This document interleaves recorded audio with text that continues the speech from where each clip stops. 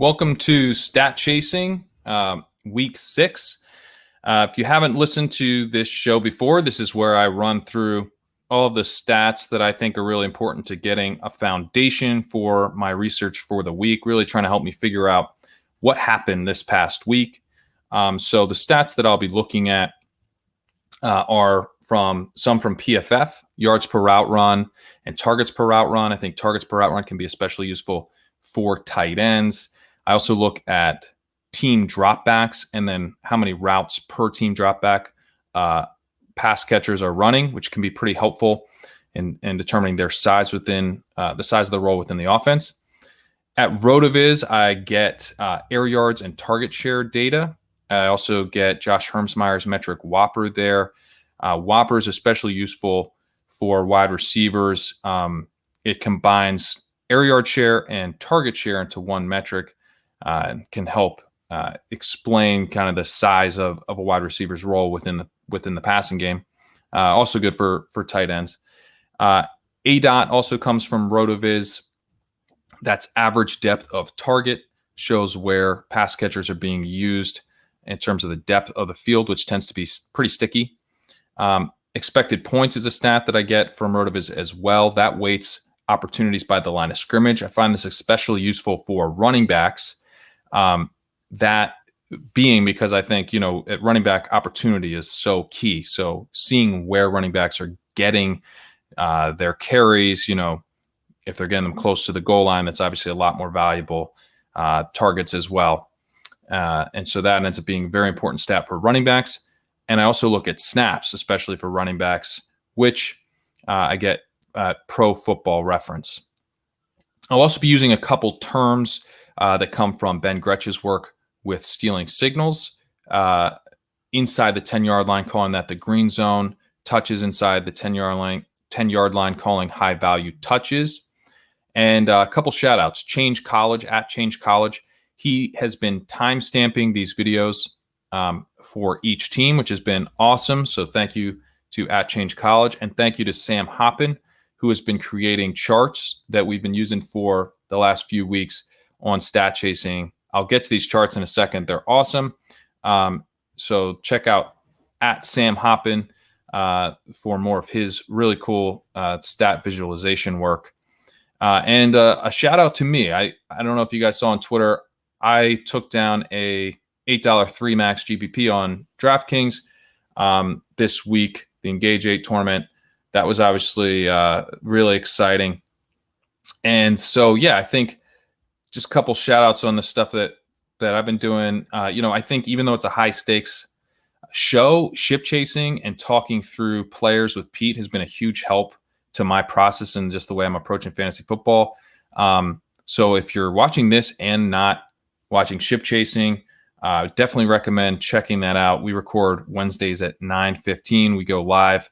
A lot of the same stuff that we're talking about, the same mindsets that we're approaching high stakes with, I think, are similar to the same mindset that you would approach with GPPs in DFS, being willing to go against the grain, finding ways to load up points into your lineup that can be a bit contrarian, that type of stuff. So anyway, check out Ship Chasing if for some reason you're watching this and not Ship Chasing.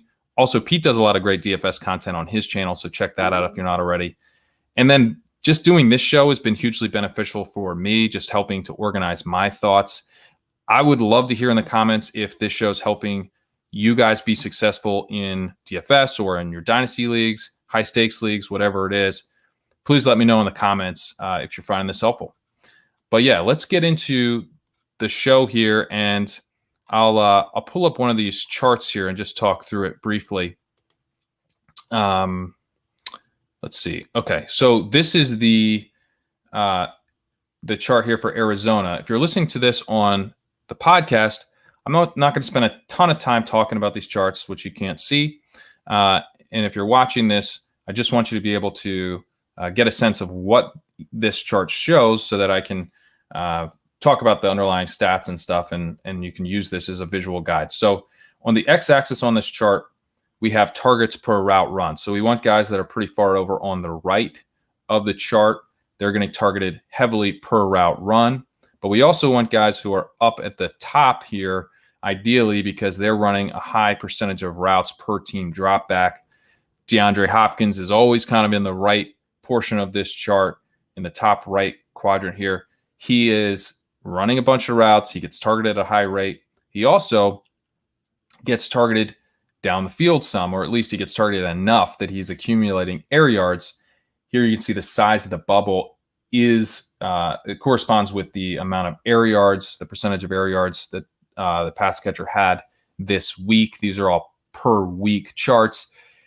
And in parentheses, you can actually see the percentage of air yards that each pass catcher had. If we don't have guys like DeAndre Hopkins, we want guys that look like Andy Isabella. Andy Isabella getting targeted on a high percentage of his routes, getting a bunch of air yards, but not running as many routes as we'd like to see.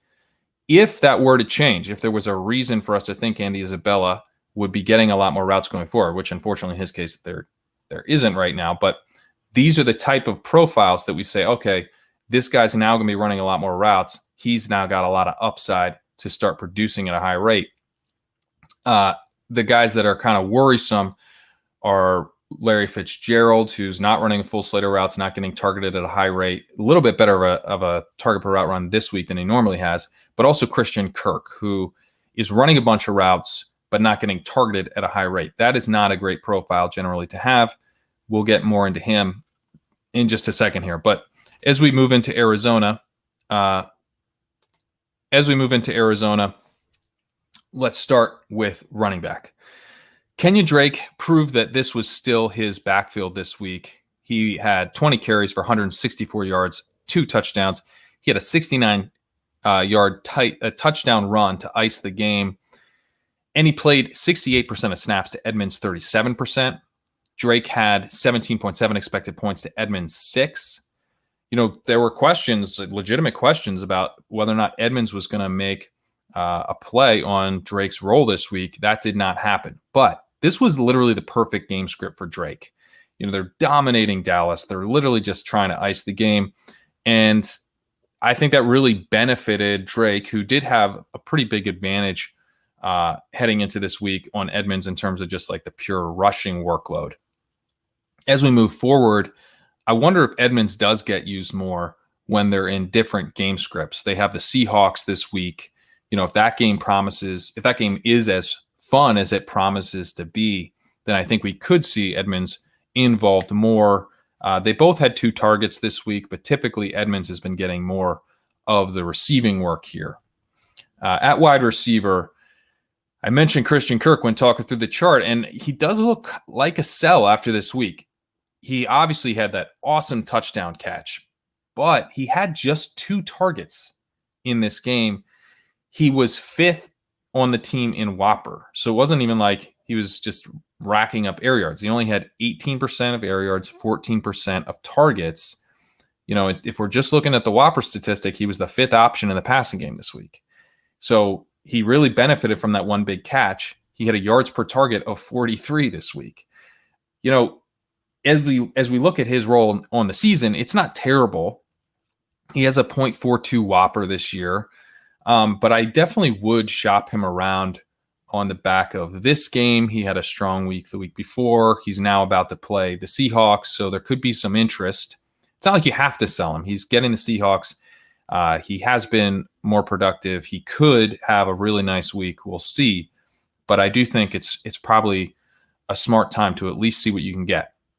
DeAndre Hopkins, he had a down game with just 2 for 73, but still looked awesome in the underlying metrics. He ran a route on 93% of dropbacks, 36% target share, 23% air yard share, the clear wide receiver 1 in Whopper with 0.71. On the season, he is 4th in the NFL in Whopper with a 0.68 Whopper. So if you can catch the DeAndre Hopkins owner napping a little bit, send some offers. He obviously had an awesome week 5. I'm sure his owner's holding on tight in almost every league, but he only had a 2 for 73 line here, so maybe there's a small buying window. He, like I said, shows up in the good part of these charts every week. He gets a bunch of air yards, gets targeted at a high rate. He runs a ton of routes. So DeAndre Hopkins looking like a truly elite wide receiver option this year. Andy Isabella, he had 2 targets in this game with a 43 ADOT, being used super deep downfield. That's how he got 36% of the air yards on only 2 targets. Only ran a route, though, on 32% of dropbacks. I think he's getting screwed over by Cliff Kingsbury right now. Larry Fitzgerald has a 0.76 yards per route run this season, which is really bad, and it's on a sample of 191 routes. That's a good sample of routes. He looks like dust. And Andy Isabella, he has a 1.81 yards per route run. That's second on the team to Hopkins. He's played very well. It's only on 81 routes. It's possible that if Isabella got more time, he wouldn't be as effective. But there's strong evidence that Fitzgerald is done and that you have a better player behind him. So play your best players, Cliff. It's getting pretty frustrating to see Andy Isabella just being used here like a third of the time. He's clearly could add more to the offense than that. At tight end, Darrell Daniels was the only tight end targeted in this game. There's no one here worth owning at tight end. Moving to Atlanta, Todd Gurley played on 57% of the snaps, which was in line with his usual role. Was at 54% on the season heading into week 6. Gurley had 17.4 expected points in this game, which is borderline elite workload. So got his usual amount of snaps, but had a really nice workload in this game. But he's the king of dust. He left 7.7 points on the field. Really gross. And it also could have been a bigger day. And this isn't really Gurley's fault. The opportunity was also siphoned away a bit by Brian Hill, who had 8.5 expected points and 26% of the snaps. So Gurley's being hurt both by just not being very good anymore, in my opinion, and also by even in these spike weeks for the backfield, he's losing a decent chunk of that to Brian Hill. And he also lost 2.3 expected points to Ito Smith and 14% of the snaps to Ito Smith as well. So in total, he lost 10.8 expected points and 45% of the snaps. Really hurts in what could have been a spike week for him. At wide receiver, Julio Jones is still a superstar. He struggled with injuries this season, but had a 2.27 yards per route run entering the week and put up 10 targets for 8 receptions, 137 yards, and 2 touchdowns. His yards per route run is now 2.65 on the season. Ran around on 86% of dropbacks, had a target share of 27% and an air yard share of 29%. Awesome week for Julio. Calvin Ridley, quieter game, but still looking like a superstar. Had 19% of targets this week, 21% of air yards. He ran around on 86% of dropbacks. For the season, looking great though. He had a 2.41 yards per route run on the season. His Whopper is at 0.6, and that is despite operating as basically a decoy in week 4, which is going to hurt his Whopper a little bit. So I think that even understates his role in the offense, and a 0.6 Whoppers is pretty darn good. So both of these guys are superstars. Both of them have been super effective on the routes run. They are the clear, kind of 2 clear alphas, basically. Just happen to be on the same offense. Russell Gage returned to his wide receiver 3 role this week, which I think we can expect moving forward with Julio and Ridley now both healthy. Gage ran a route on 80% of dropbacks, had a healthy 20% of air yards, used a bit deeper downfield this week. Of the non-Ridley Julio options in this offense, he's, I think, the preferred play. Hayden Hurst, he had a really rough game with 10% targets per route run while running a route on 89% of routes. So out there all the time, just not getting the targets. He's at a targets per route run of 14% for the season. And this is on a large sample now, 211 routes. This is on a team that has had injuries at wide receiver. Olamide Zaccheaus is getting a ton of run, and Hayden Hurst still can't get targeted at a high rate. So he is looking like a true bust right now. And at this point, I think it's a touchdown-dependent dart throw. Moving to Baltimore. Mark Ingram left this game with an ankle injury. It doesn't seem severe. I think the latest that I saw is that he has a chance to play in their next game, and definitely something to keep an eye on, though. Gus Edwards played 44% of snaps in this game to J.K. Dobbins' 41%, although Dobbins led in expected points with 9.4 to Edwards' 6.7. Dobbins only had 1 rush, though, and 3 targets. Edwards had 7 rushes, but 0 targets. Overall, this backfield has had surprisingly little value as Baltimore has played slower than I thought they would and not been as effective as they were last year. If Ingram ends up missing any time, I think Dobbins looks like the slightly better bet because of that receiving role, but I think Edwards looks like the better bet for a rushing touchdown. So neither looks like an awesome option, but both are probably, flex viable if Ingram were to miss. At wide receiver, I swear Marquise Brown is going to pop. This week he had 457 and he was efficient. He had a 2.04 yards per route run. But when we look at his share of the offense, he had 24% of the targets, 39% of the air yards. If the offense was more productive and bigger, the offensive pie was bigger, he could have had an awesome day. On the season, he has a 0.7 Whopper, which is 3rd in the NFL. He's getting a truly elite share of his offense, and we know that this offense can be highly productive. I do think we're going to get some really big weeks out of Marquise Brown. I am keeping the faith.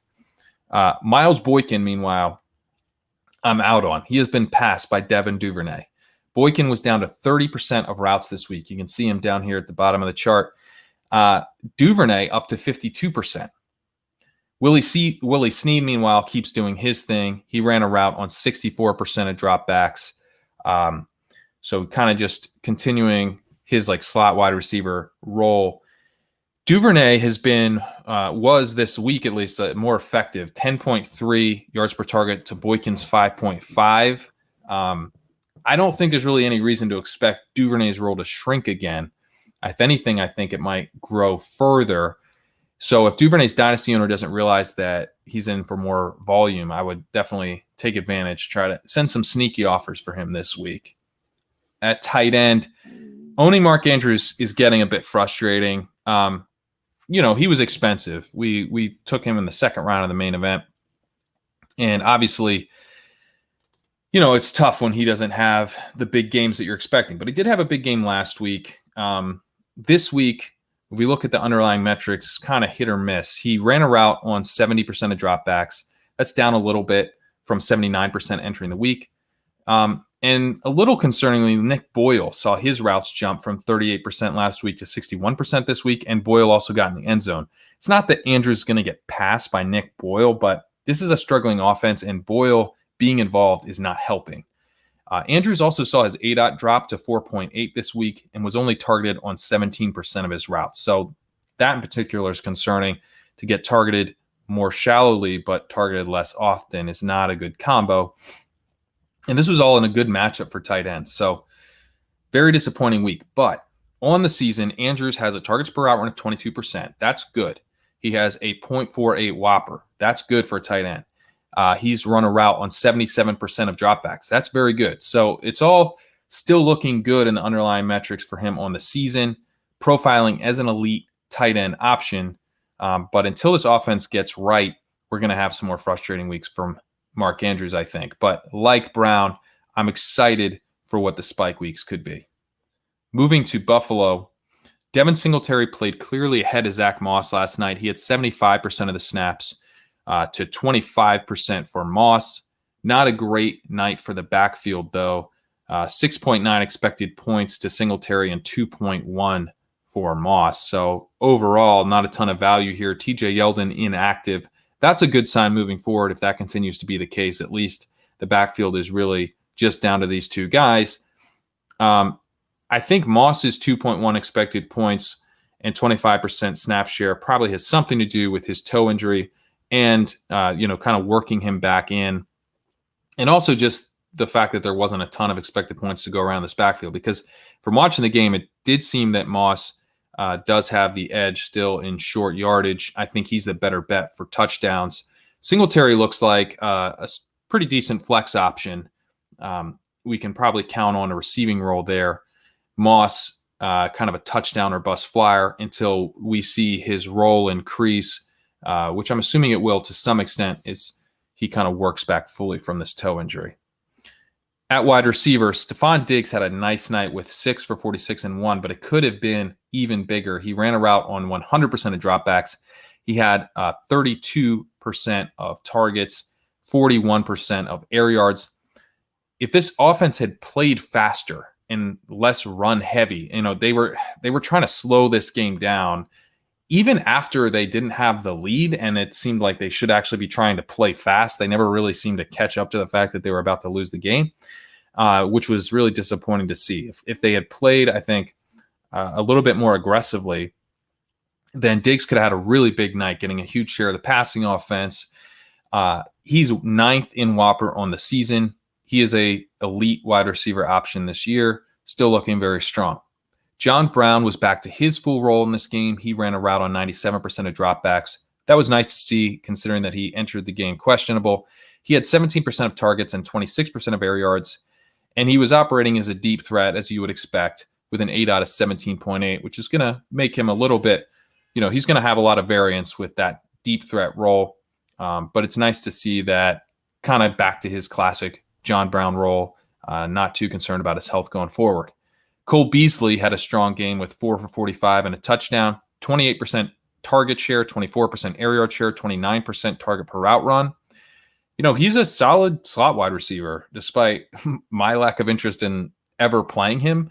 But, can't take that away from him. You can see him on the chart here getting targeted at a high rate, running, pretty close. He's basically a full-time player operating out of the slot. Gabriel Davis here, he was in on nearly half of dropbacks, ran around on 48% of dropbacks. And even though he only had a 3% target share in this game, I think that was bullish because, as it just went over, Beasley's out there almost all the time. So Davis is seeing a lot of work in 4 wide receiver sets. The fact that they're even operating those 4 wide receiver sets, I think, says they want to get Davis on the field. I think I'm excited about him going forward. And John Brown can be cut after the year. It's possible Davis slots into that Brown role as soon as 2021. And even if that's not the case, Brown's a free agent the following year. So I think Davis long-term looks like the deep threat for Josh Allen. Someone to try to get in Dynasty. At tight end, Tyler Kroft ran a route on 58% of dropbacks, but was targeted on only 11% of routes. His target per route run is only 13.2% for the season, and he looks like an uninspiring option, even if Dawson Knox misses another game. Not too much here with Tyler Kroft. Moving to Carolina, Mike Davis played 88% of snaps. He ceded 12% of snaps to Trenton Cannon. Cannon's snaps were up from 3% last week, but Davis's were actually also up from 83% the previous week. Davis had 16.9 expected points to Cannon's 4.1. Not a great game for Davis, wasn't all that efficient, but he's still a workhorse in this offense and could have a strong bounce back game against the Saints if Christian McCaffrey ends up missing week 7. So, things still look pretty good for Mike Davis until McCaffrey's back. At wide receiver, DJ Moore had a wide receiver 1 week, an opportunity at least. He ran a route on 95% of dropbacks. He had 41% of targets, 46% of air yards, an elite whopper of 0.93. He saw his ADOT drop, which I think is bullish in this case because he was running a lot. He was kind of operating as like a deep threat, as Anderson was kind of operating as more of the primary wide receiver. That kind of switched this week, which was nice to see that can happen. Moore not locked into that deep threat role, which I don't know suits him that well. And I don't think that role is going to suit Teddy Bridgewater as well. So would prefer as a Moore owner to see him running a bit more shallowly. He ran an ADOT of 10.3. So it's not like he was being used super shallow, kind of more in that primary wide receiver depth range. He was also efficient this week with 2.45 yards per route run, but could have been an even bigger day. Robbie Anderson, meanwhile, he was very efficient. He had a 15.4 yards per target, a little bit smaller slice of the offense this week than he's had. He ran a route on 95% of dropbacks with a 19% target share, a 31% air yard share.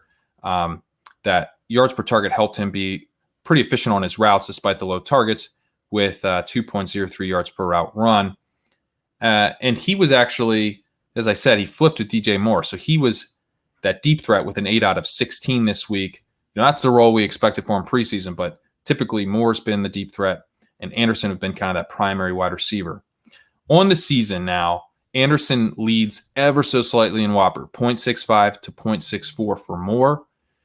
Both of those are very strong whoppers. So it's kind of like, who cares who's the number one wide receiver in this offense if they're both going to be used very heavily? I've been kind of waffling on, is Moore the wide receiver 1B to Anderson's wide receiver 1A? Is Moore more of a wide receiver 2 to Anderson's wide receiver 1? At this point, it looks like they're co-wide receiver 1s in this offense. They're both getting strong volume. It probably doesn't matter too much who's the A and who's the B. In fact, if Moore has a slightly better game next week, he will look like the 1A to Anderson's 1B. But the important thing is that I think, Moore is a buy because he has been, not as productive as Anderson to date. And this, in his underlying volume, was a huge week, really kind of popping as a buy candidate. And not just because we liked him before the season, but because of what we've seen to date. He's getting a ton of volume in this offense. Robbie Anderson ended up being one of the best values in season-long drafts, has been a huge hit, but that doesn't take away from the fact that Moore is also getting a lot of volume in this offense and also looks like a buy low. I would definitely be sending offers for Moore this week. At tight end, this is part of the reason why these two wide receivers can coexist so easily, because Ian Thomas ran 31 routes this week and was targeted once. He remains an absolute afterthought. Chris Manhertz got targeted at a decent rate this week, but not running a ton of routes. So there's not really much competition. Curtis Samuel was inactive this week. It's basically these two wide receivers and the running back. Is this passing offense? That makes these wide receivers very valuable.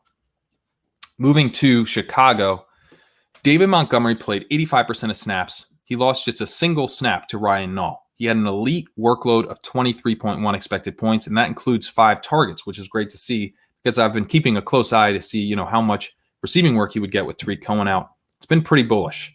Unfortunately, though, Montgomery left 9.4 points on the field. This includes a touchdown that got reversed on replay, and then Nick Foles ended up sneaking in the touchdown a few plays later. And Montgomery had a total of 4 carries inside the 10. So a disappointing day, missed a big opportunity here. But Montgomery is operating as a true workhorse right now. I think he will get other chances for spike weeks. At wide receiver, Allen Robinson ran a route on 93% of dropbacks, had a 25% target share, 24% air yard share. It wasn't his strongest day. He went 553, but he remains locked in as a true alpha wide receiver. He has a 0.65 whopper on the season. Just kind of a clear-cut wide receiver 1 in this offense.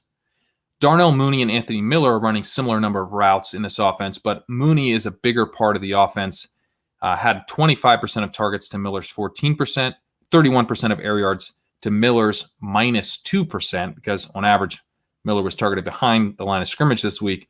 On the season, it's closer, but Mooney's been coming on more over the last few weeks. He is a rookie. They're excited about him.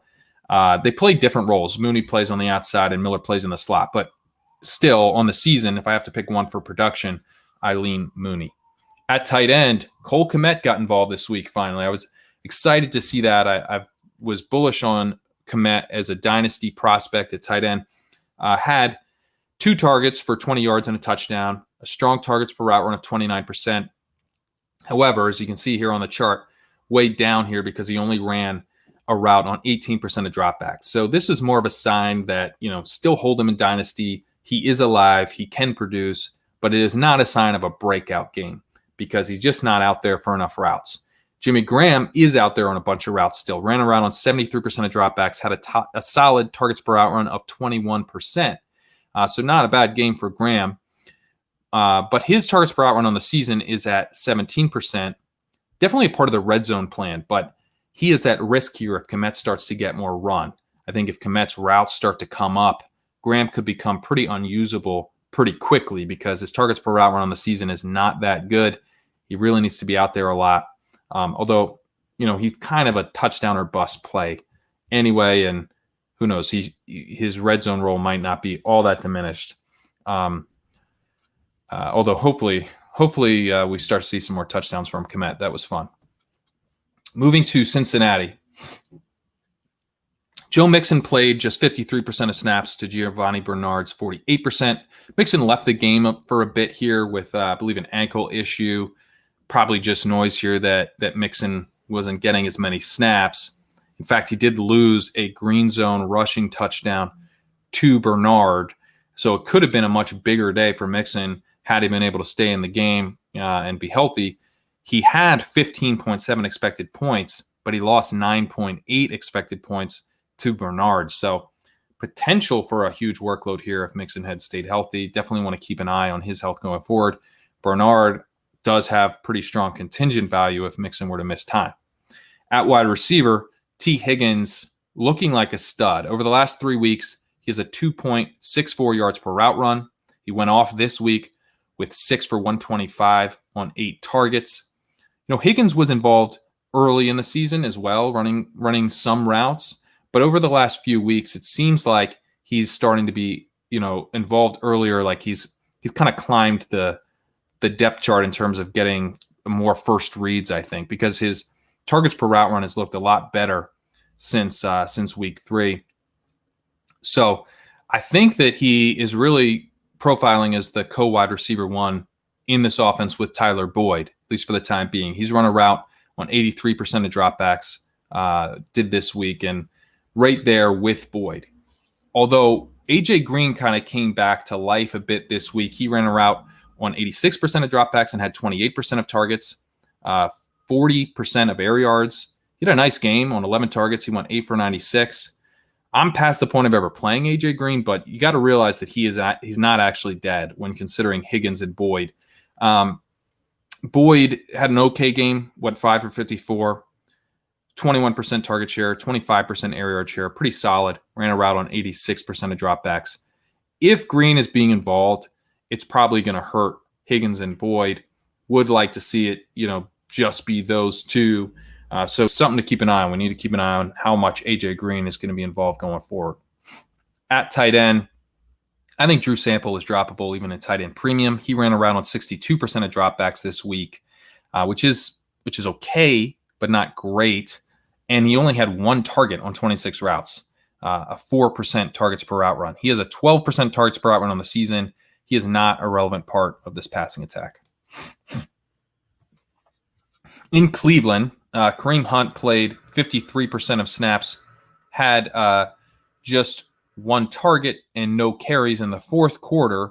So basically pulled because how bad the Browns were this week. So this snap count of 53% is going to be noisy. He did have 64% of the expected points. So Hunt looks like he's in a very valuable role still. Only 9.8 expected points here. Not great, but the Browns aren't going to get beat down by the Steelers every week. I think this is more of a function of the offense than, Hunt's role within the offense. Dearness Johnson had 30% of the snaps, but just 3.6 expected points. He left 3.5 of those points on the field. He had 4 attempts, turned that into just 1 yard, didn't catch his lone target. So hardly coming for Hunt's role here. Hunt looks pretty safe as the lead back here.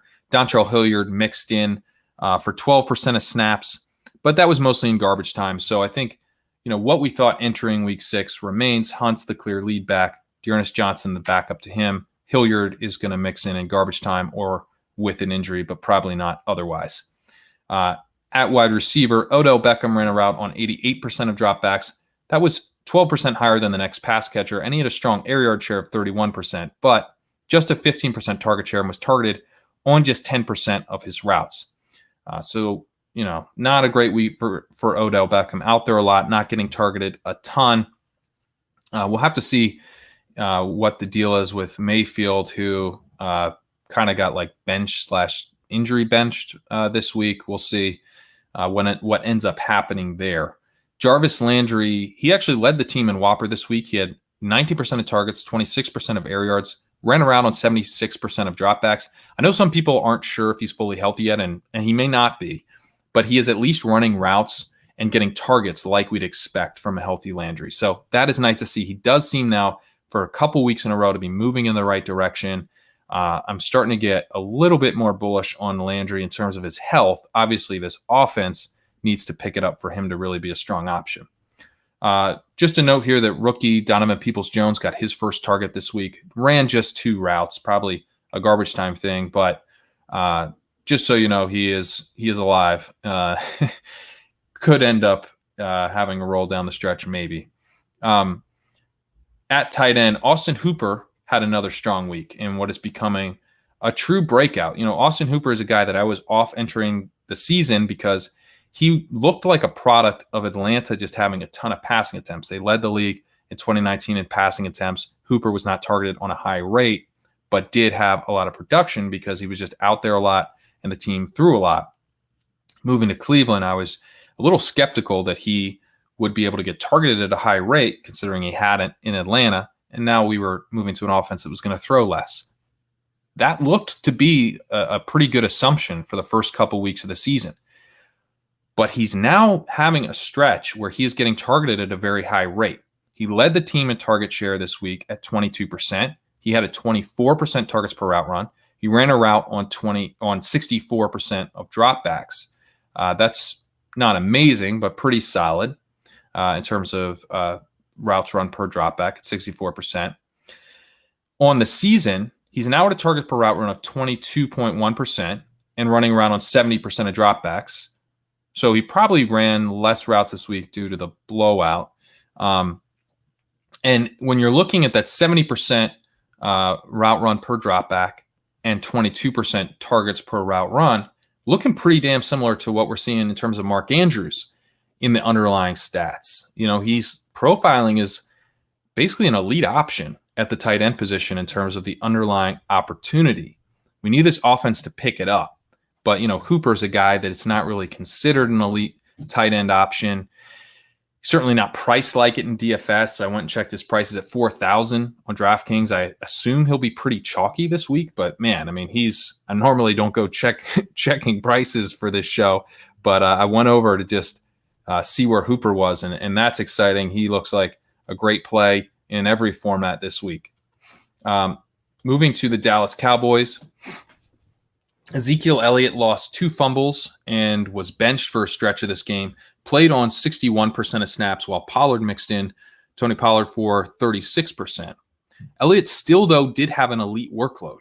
He had 22.2 expected points, and this was in a game where Pollard stole a meaningful 11.1 expected points. This could have been a monster game for Zeke Elliott without the fumbles. The reason for this is that Zeke saw 11 targets in this game. Pollard had 4. So just a ton of target volume for the running backs here with Dalton under center and, in a game script where they're trailing. This is pretty good to see, I think, because obviously Dalton, it was a really rough day for the offense, but the running backs still getting a lot of value here.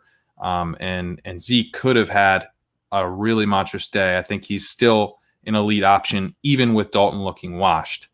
Again, assuming that the fumble issue doesn't cost him more playing time. He gets Washington this week. So pretty nice matchup. At wide receiver, Amari Cooper ran a route on 92% of dropbacks, was second on the team to CeeDee Lamb in Whopper. He had a 4.42 Whopper to Lamb's 0.47.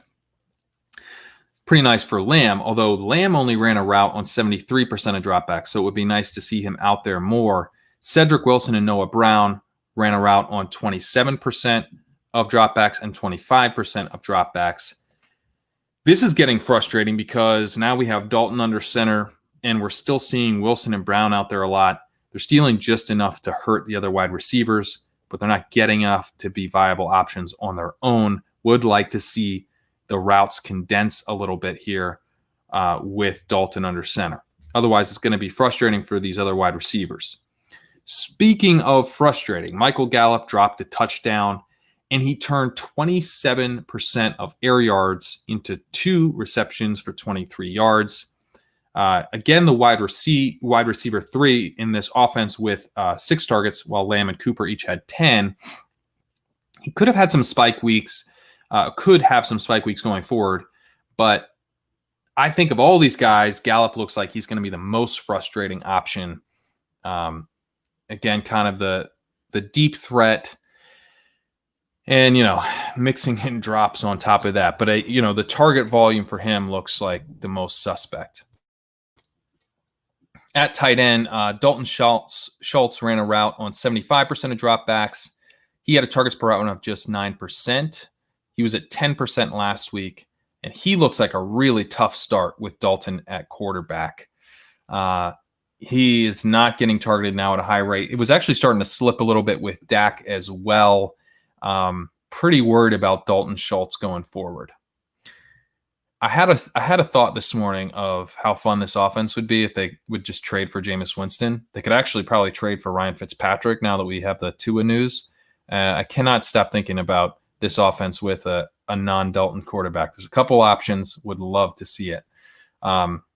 Frankly, if I was a GM, I'd probably immediately trade for Jameis Winston and then Andy Isabella and Mecole Hardman.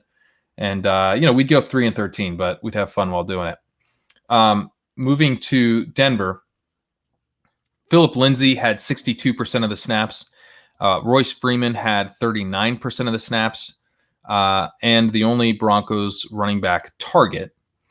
But Lindsay dominated the expected points. He had 13.8 expected points to Freeman's 4.7. That includes 2 green zone rushing attempts for Lindsay with 0 for Freeman. That was nice to see. Last year, Freeman stole a lot of that goal line work, so Lindsay getting that goal line work was an important sign. With Melvin Gordon back, I think we probably see a 2 running back rotation with just Gordon and Lindsay. That fits with the coach speak that we heard after the game of them kind of getting back to the normal, or getting back to the plan, I believe was the quote.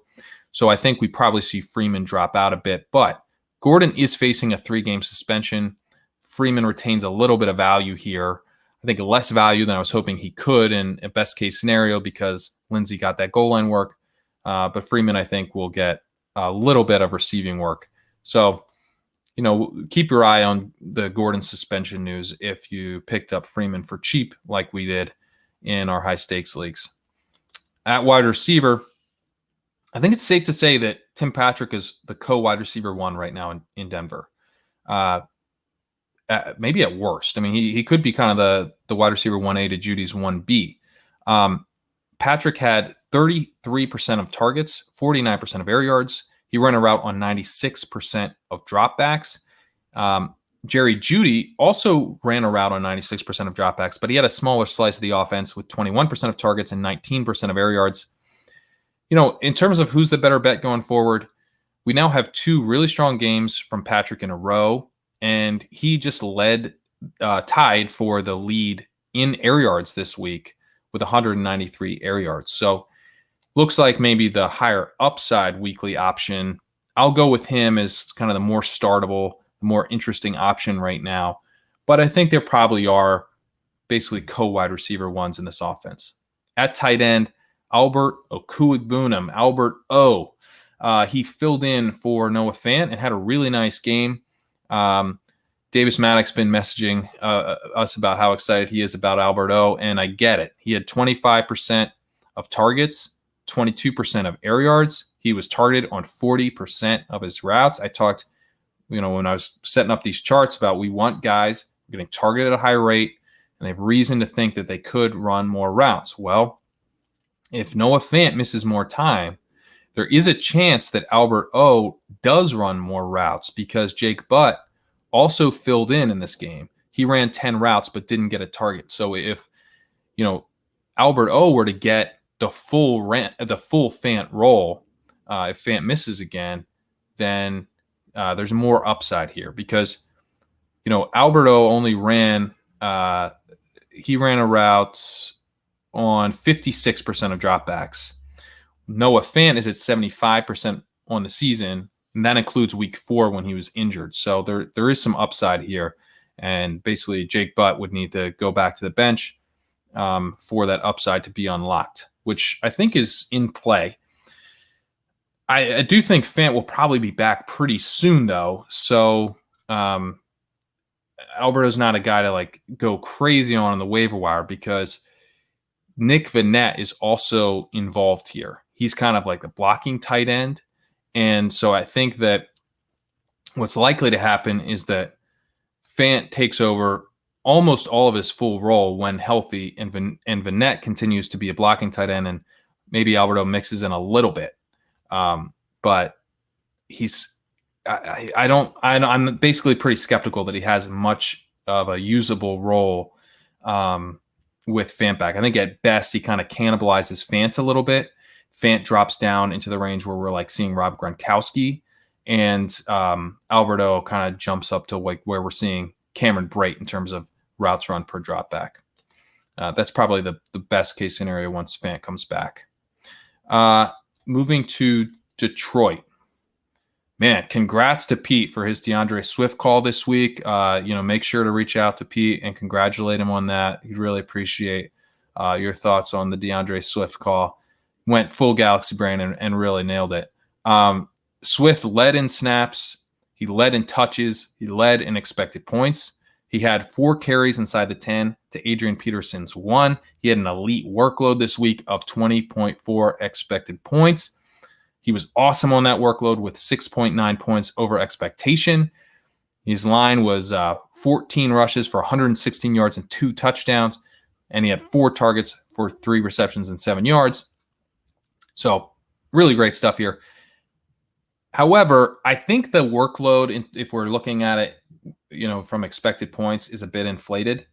3 of those, 3 of his goal line carries, of his 4 goal line carries occurred with 3 straight runs. So it's like one of those things where if he gets in on that first run, he has the exact same amount of production, but his workload looks smaller because he doesn't get the 2 subsequent carries inside the 5. So I think that kind of inflated his expected points a little bit, and it's probably basically he didn't lock up the value of the backfield. He did get another carry from the 6 that he scored on, so it wasn't like that was his only series. But he had just 38% of the snaps, and so that's probably really a better indication of his role within the offense. It did lead the Lions this week, 38% of the snaps, but Peterson had 35%, and Kerrane Johnson also mixed in for 22%.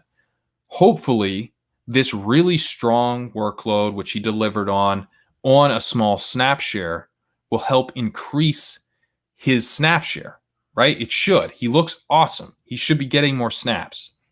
But this is something to keep an eye on and a reason to not fully buy in to Swift's huge day because his snap share is still below where we want it. I'm enjoying the Swift bit with Pete, who did really make an awesome call on Swift, but ultimately he didn't end up playing him in DFS because he didn't trust the snaps, and that was 100% justified. That was the right call. He actually did not get the snap share of a winning weekly play, winning DFS play, or a really good season-long start. But he did somewhat unexpectedly or somewhat unpredictably this week happened to be the week where he got the really nice workload. He crushed it. He looks great. I think there's a chance that Swift ends up being the running back to own from this rookie class. I really like his profile. I like that he can catch passes. I like that he can be used on the goal line. I kind of don't mind that he doesn't profile as a guy who's probably going to ever end up getting, at least under this coaching staff, like a huge workhorse snap count. But that's fine as long as he's getting the juicy stuff, as long as he's getting the receptions and the goal line carries, that'll be okay. Would like to see him more involved in this going forward, though. Would like to see either Adrian Peterson or Kerrane Johnson see their snap share reduce considerably. At wide receiver, Kenny Golladay had an ADOT of 20 this week and a 45% air yard share. It's pretty crazy then that he also led the team in target share, right? He's getting 45% of the air yards with an ADOT of 20, still leading the team in targets. But that was partly because the ball was getting spread around a bit. He only had a 19% target share. Would be nice to see him be used a little bit shallower so that his targets can come up a little bit. Marvin Jones led the team in routes. He ran a route on 91% of dropbacks, but had just 16% of targets, 14% of air yards. He's getting a lot of routes, but profiling like he's washed. You're seeing Marvin Jones here on the chart in this quadrant here on the top left where he's running a lot of routes and not getting targeted at a high rate. It's pretty much where he is every week. Not someone I'm very interested in right now. At tight end, TJ Hawkinson had 2 receptions for 17 yards and a touchdown, but it was actually a pretty strong game in the underlying stats. He ran a route on 64% of dropbacks. He was targeted on 24% of his routes. He converted for just 3.4 yards per target. That sucks. Could have been a much bigger day. But, yards per target is not the thing we're chasing here. Yard per target efficiency is not very sticky. And he's actually been pretty efficient on the season. On the season now, in terms of his targets per route run, he's up to 19%. He's running a route on 70% of dropbacks. And since Kenny Golladay came back in week 3, Hawkinson's targets per route run is up to 20.5%, which I like because my theory with the Lions is that Kenny Golladay is the key to this offense. And when Golladay was out, the whole offense was really, really struggling. Now that he's been back, it's able to operate a bit better. And that's why I'm kind of looking to see where Hawkinson is being targeted, his rate of targets with Golladay back. That 20.5% is like borderline elite for a tight end. So really nice to see. I think that Hawkinson's a guy that he looks like a very strong start this week facing the Falcons.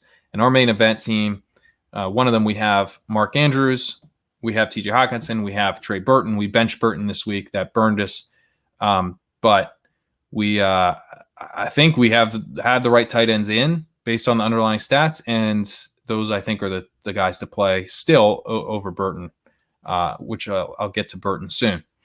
Moving to Green Bay, Aaron Jones was pulled in this blowout game, so his 57% of snaps is actually stronger than it looks. A.J. Dillon was in on 16% of snaps, but all 5 of his carries came in garbage time, so not too much to see with him. Jamal Williams was in on 51% of snaps, so the Packers are clearly doing a fair amount of 2 running back sets here.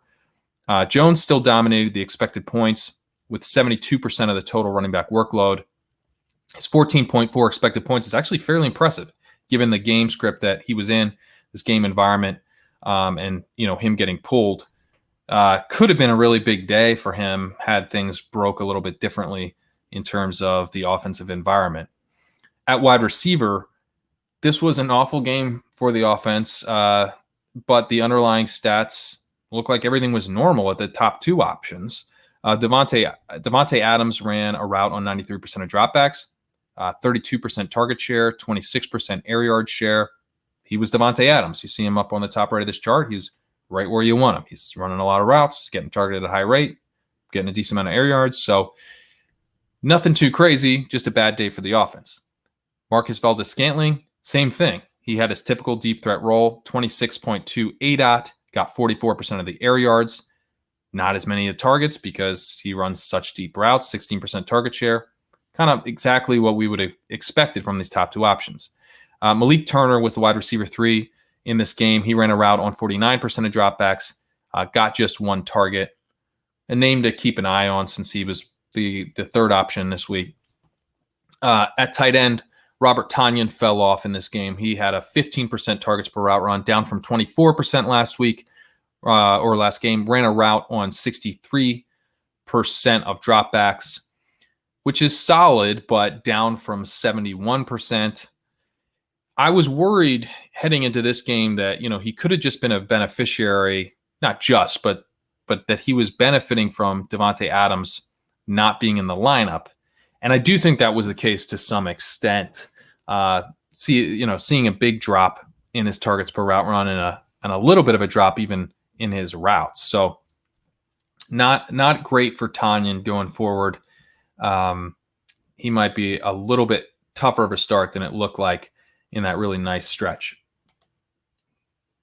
At Houston, David Johnson played 78% of snaps for the 2nd week in a row. He's seeing strong playing time despite Duke Johnson being back. Duke was in on 26% of snaps. David Johnson had a truly elite workload in this game, 24.4 expected points. He had 5 green zone carries. That's really nice. He had a disappointing line with 19 carries for 57 yards and a rushing score, and then 2 targets for 1 reception and 12 yards through the air. He left 10.5 points on the field. So really bad efficiency day for David Johnson. But, I was nervous about what his workload was going to be with Duke Johnson coming back. His workload has been good. He has not been good, but his workload has been good. something to keep in mind. I think the concern with Johnson is basically, can he deliver better efficiency? At least for now, it's not, will he have the workload? Duke Johnson only converted 2.1 points from his 5.9 workload, so he was also very inefficient. Didn't make a very strong push for playing time. So for the time being, I think we can expect the status quo with David Johnson getting the vast majority of the work here, and that should lead to some pretty valuable days in terms of the expected points. At wide receiver, Will Fuller had a great game. Could have even been bigger. He had 177 air yards. That's the fourth highest total this week. Good for 53% of the Texans' air yards. Also had an elite 30% target share. Really, really strong underlying week for Will Fuller. You can see him here on the chart with just a huge air yard bubble, and in the right portion of the chart. Brandon Cooks right next to him also had a very strong showing. 24% of targets.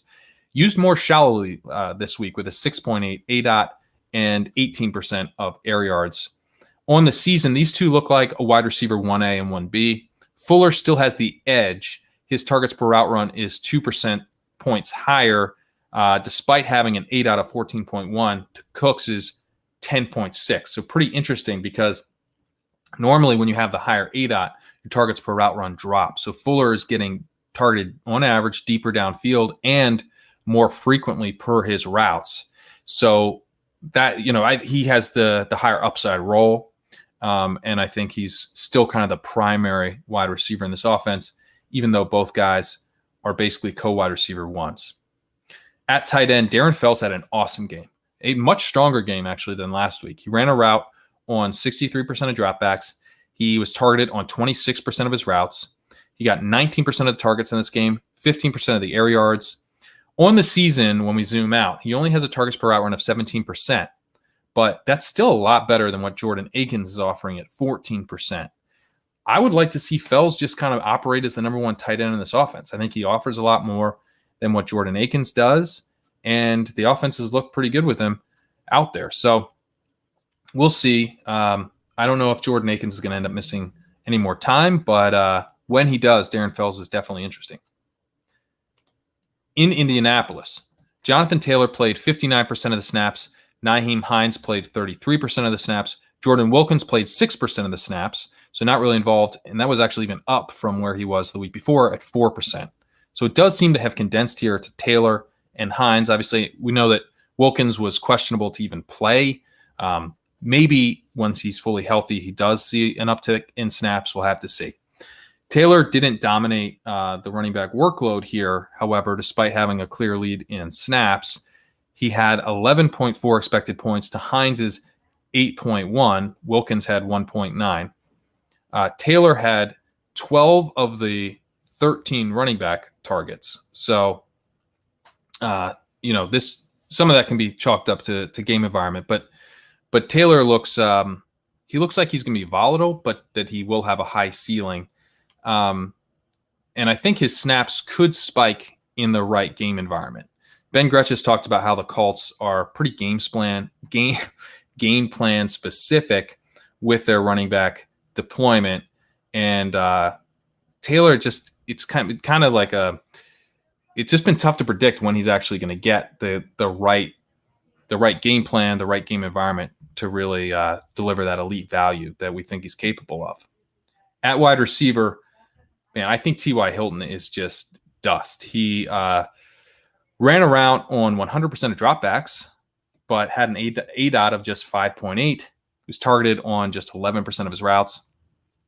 He doesn't really have much target competition, and he's not delivering value here. So really, really tough scene for T.Y. Hilton. He has a whopper of 0.48 on the season.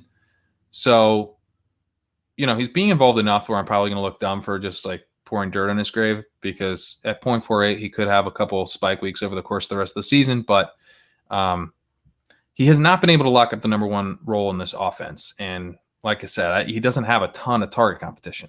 Zach Pascal this week was the number one wide receiver to that point, with 19% of targets and 41% of air yards. He ran a route on 93% of dropbacks. And he and Hilton, I think, are probably going to battle back and forth here, but I definitely would rather bet on Pascal. At tight end, Trey Burton saw his role expand slightly this week with Mo Alley-Cox out, but honestly was a little bit disappointed with how much it expanded. He ran around on 58% of dropbacks, but I thought it would increase more than it did. Jack Doyle also saw his role increase. He ran around on 53% of dropbacks, which was up from 47%. So that role that Mo Alley-Cox was delivering was basically kind of split between Burton and Doyle rather than going all to Burton. You wouldn't necessarily expect that given the production. Burton had a huge day. He added a rushing touchdown to a receiving touchdown as well.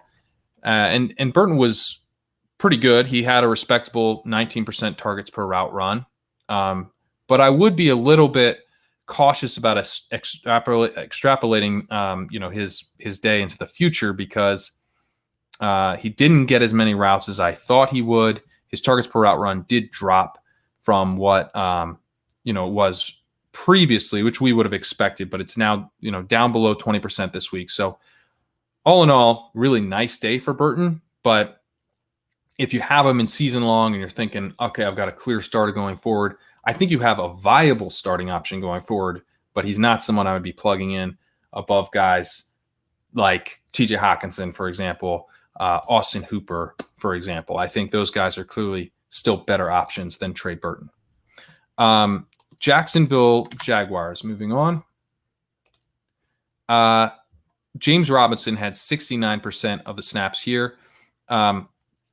Chris Thompson had 31% of the snaps, and no other running back got an offensive snap.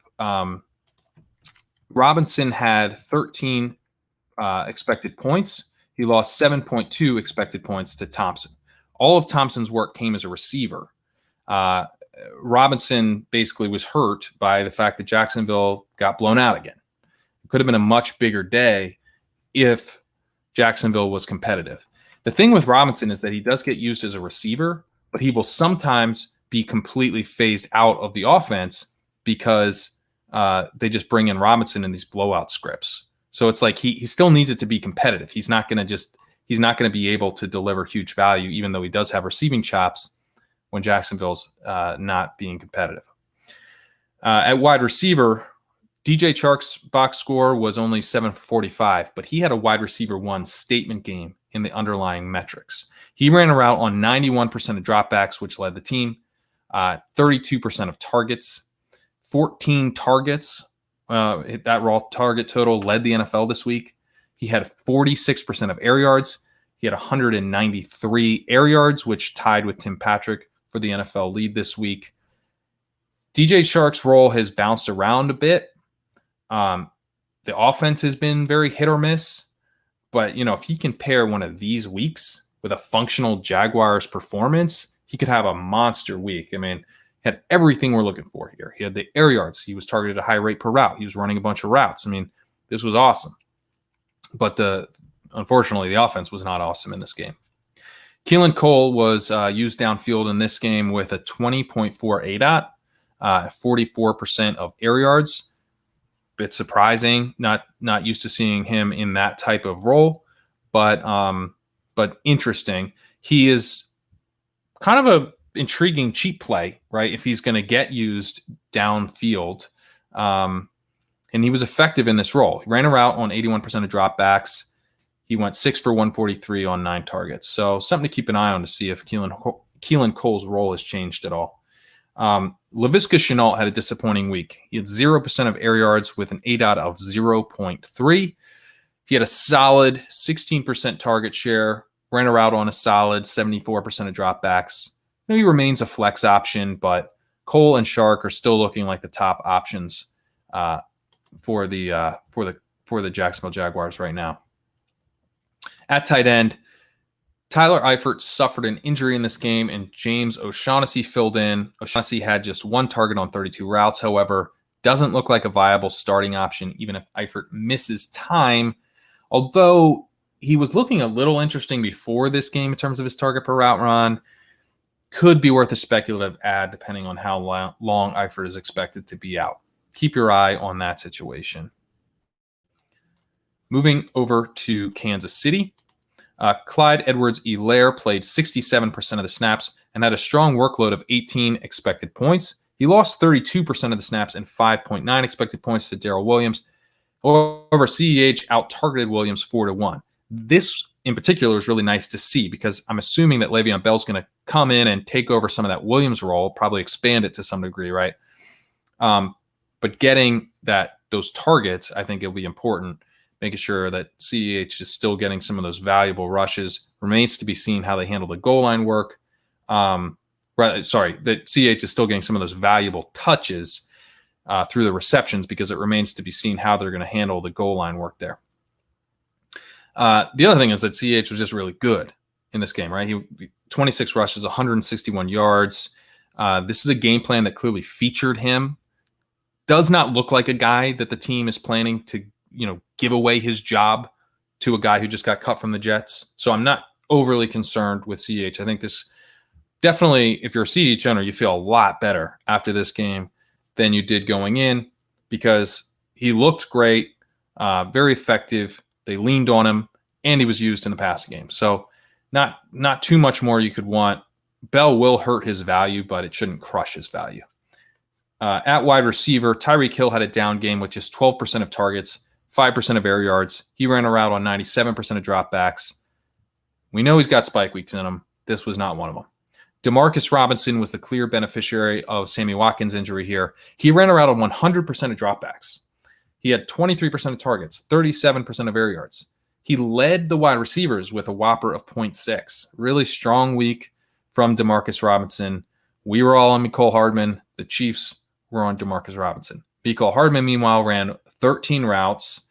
That was 38% of dropbacks. Not great, but it was also less than Byron Pringle. Pringle had 17 routes. So Hardman really looking like a handcuff to Tyreek Hill, not a guy who's necessarily going to benefit much at all from Sammy Watkins' injury. Really depressing week for Mecole Hardman owners. Does not look usable right now. At tight end, Tyreek Hill is the wide receiver. Travis Kelce is the wide receiver one in this offense. He had a 0.69 whopper this week, a 0.54 whopper on the season to Hill's 0.5. Really nice to see from a tight end here. I mean, it's Travis Kelce, he's elite, but he is still a truly elite option. 22.8% target per route run, running a route on 88% of dropbacks, which is awesome for a tight end. So great stuff from Travis Kelce. And he's the wide receiver one in this offense right now. Moving over to the Rams. Darrell Henderson had 53% of the snaps here. Malcolm Brown had 45% of the snaps. Henderson had a clearer lead in expected points with 11.2 to Malcolm Brown's 6.2. And he does seem to be emerging here as the lead back in the committee. There's going to be variance, though, week to week. Those snaps are just too close to even to really rely on Henderson. Cam Akers had just a single snap for 2% of snaps.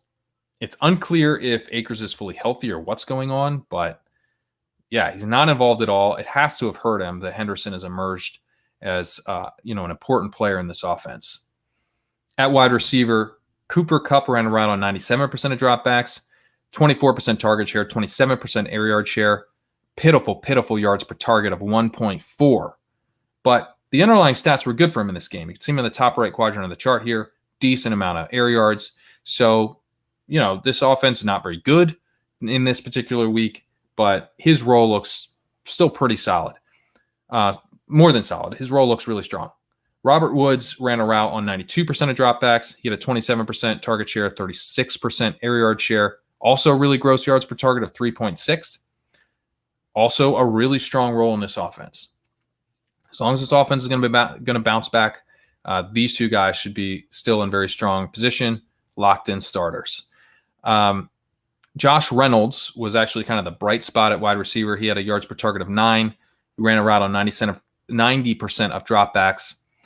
But, not all that involved in terms of getting targets. 14% target share, 90% of the air yards.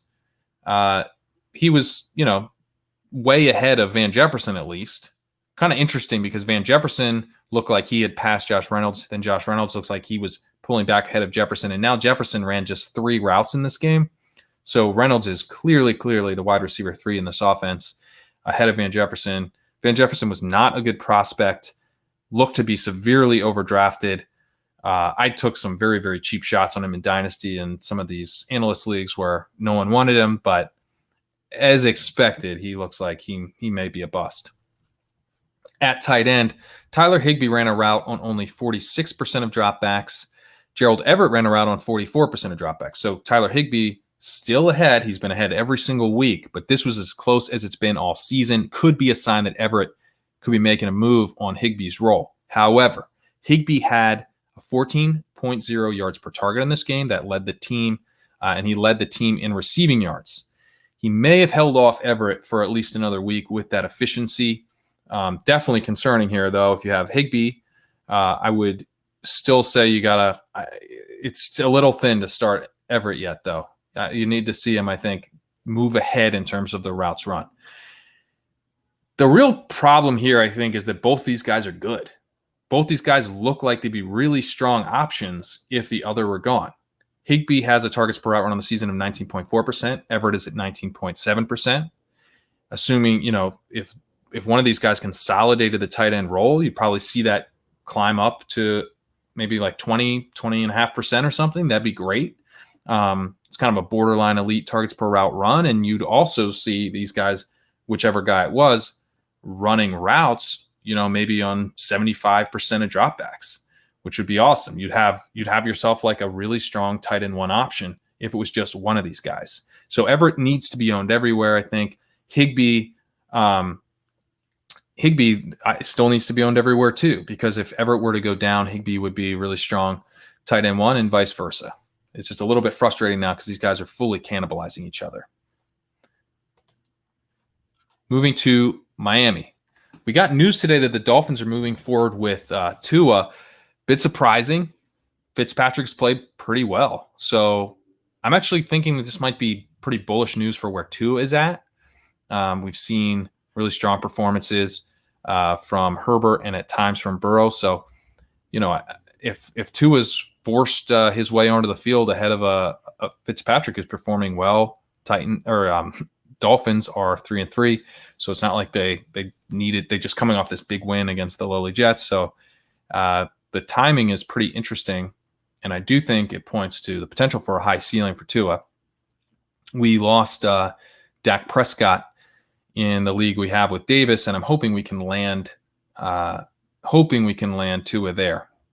We picked up Fitzpatrick for cheap this week. Obviously, we're going to need to move on from Fitzpatrick one way or another.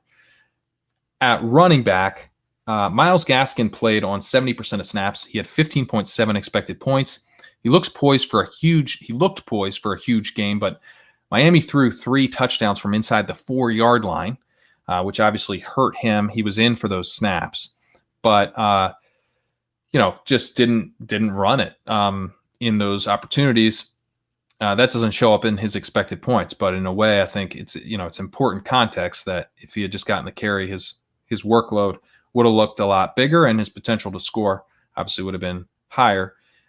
He remains just an underrated workhorse, I think. Jordan Howard was again inactive this week.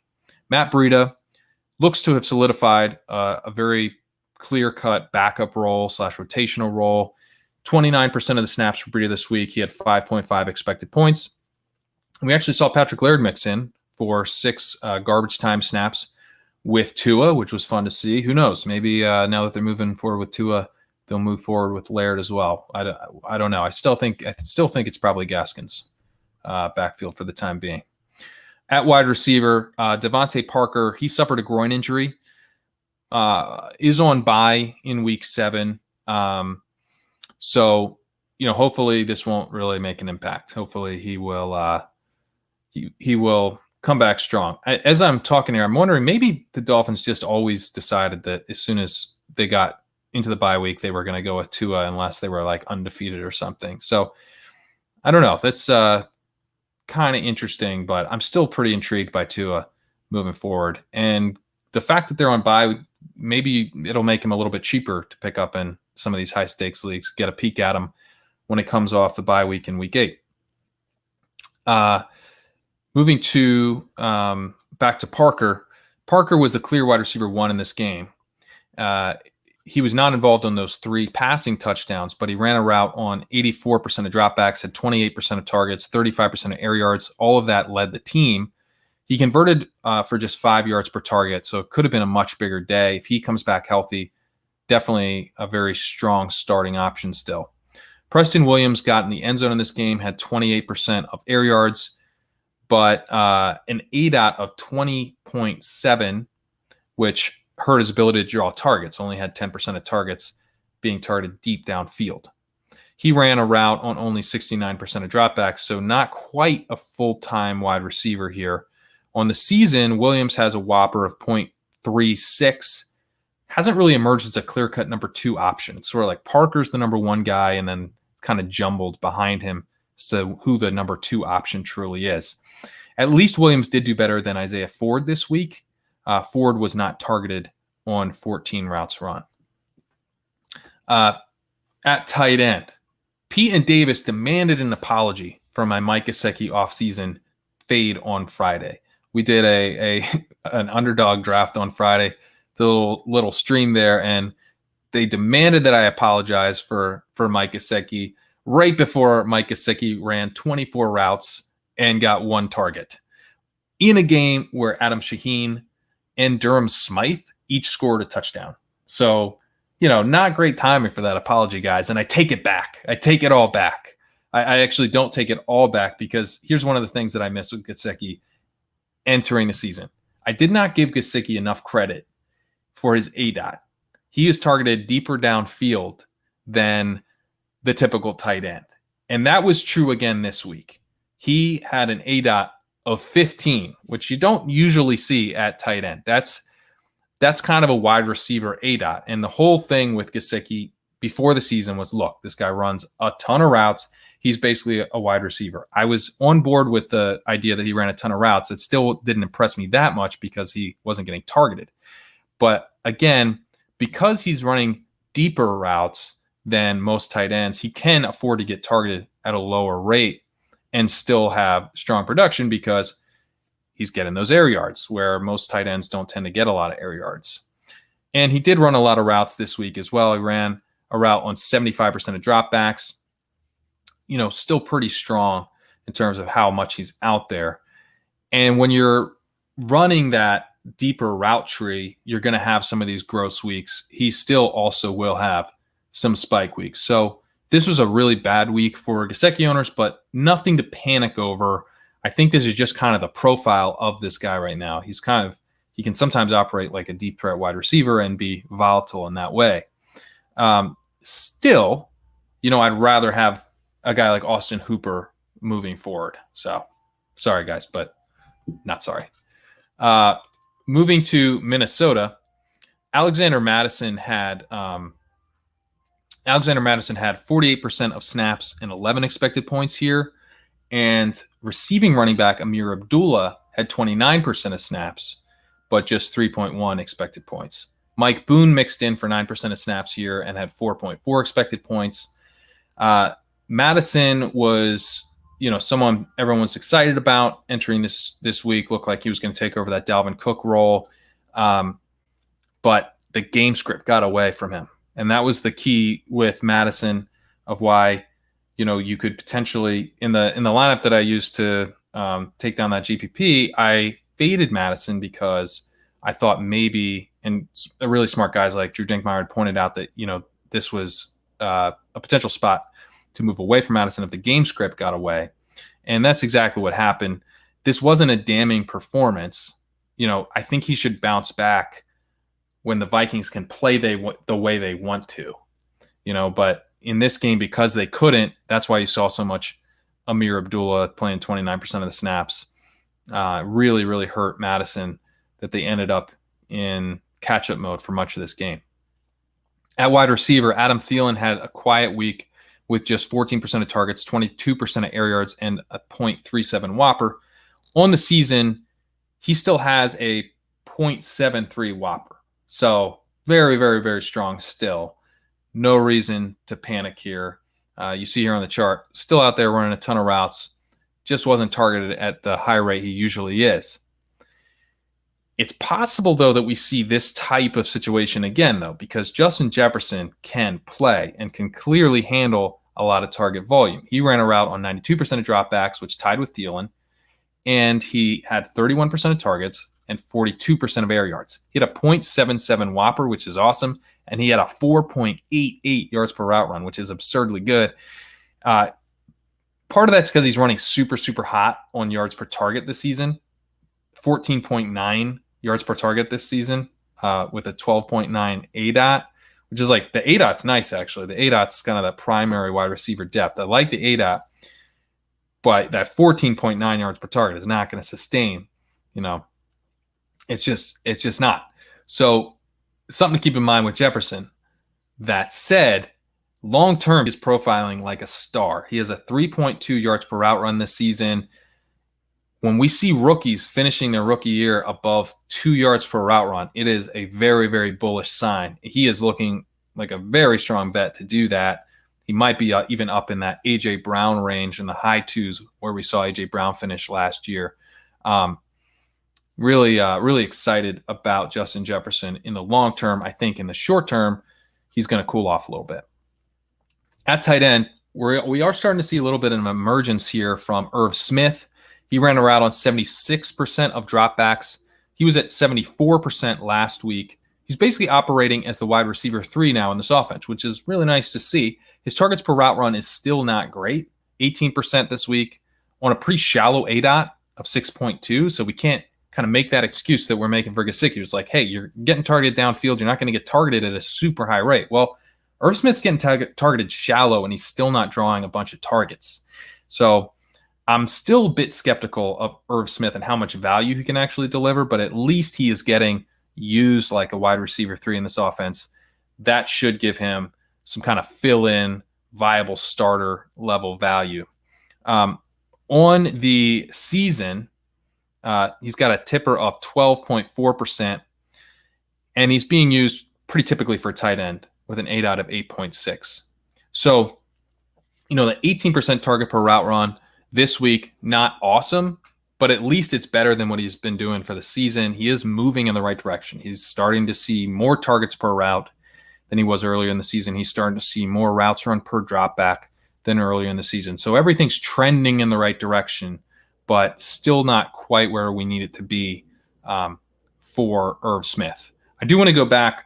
I pulled up as I was talking here on the Colts, the target numbers that I listed. I just sounded way too high, so I pulled that up. Nyheim Hines this week had 6 targets, and Jonathan Taylor had 4 targets. So Jonathan Taylor still involved a decent amount as a receiver, but I think I said like 11 or something. So that was clearly wrong. 4 targets for Jonathan Taylor this week.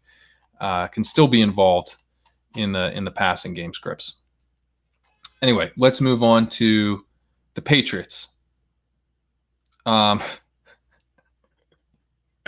right. I'm laughing because I realized I didn't write up the Patriots wide receivers, which kind of fits, right? Like, why bother? Let's start with the running backs. James White led the way here with 54% of snaps and 14.7 expected points. This strong workload was driven by his 9 targets.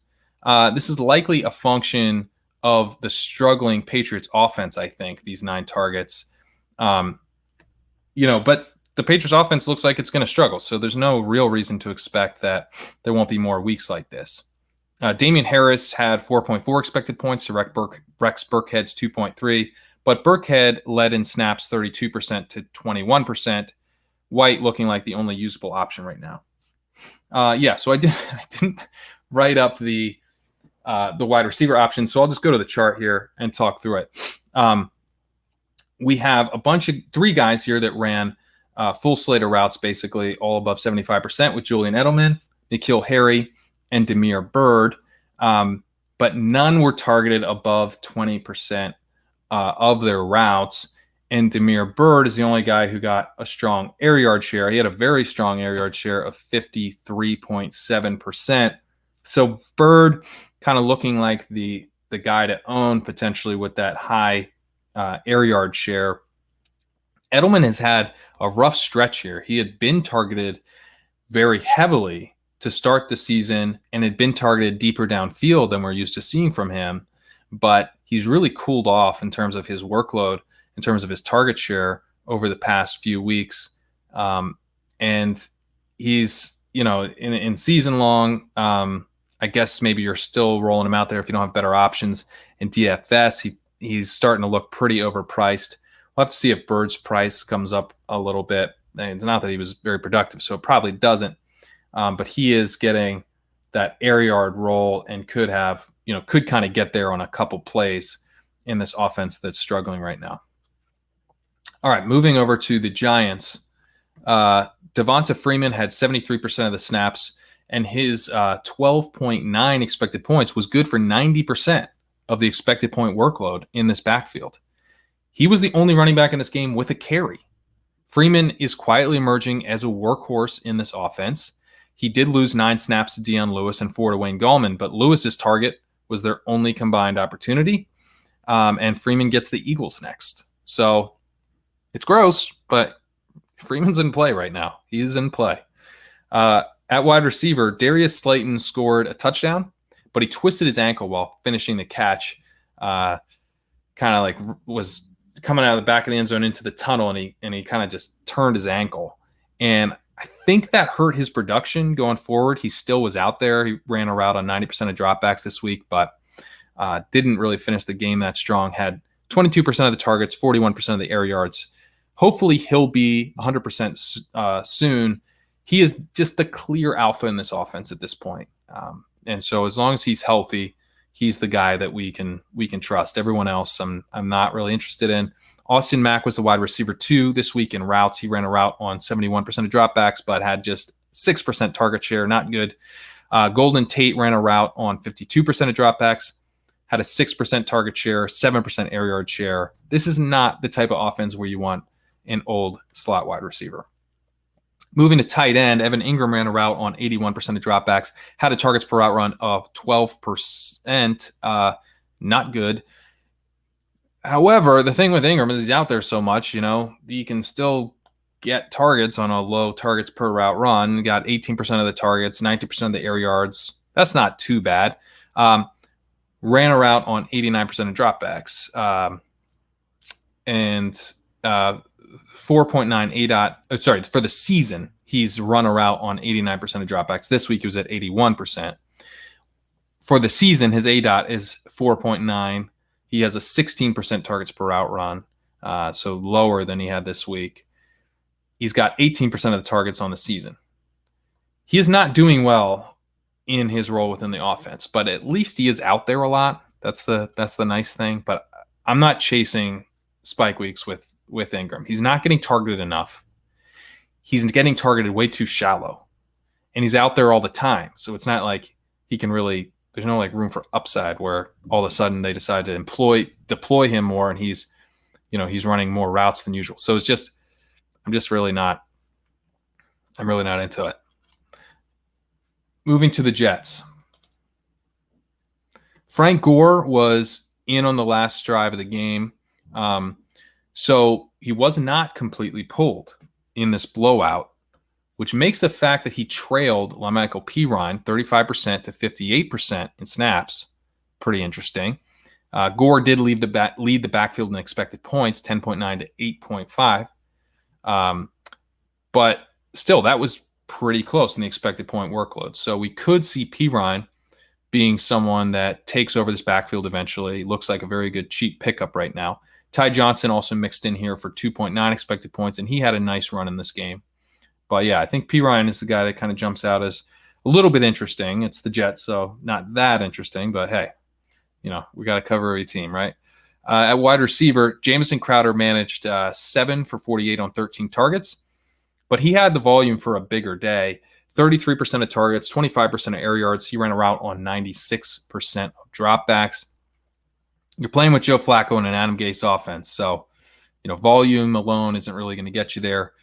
Hopefully, Crowder can have some bigger days when Darnold returns, because he is getting a really nice workload here.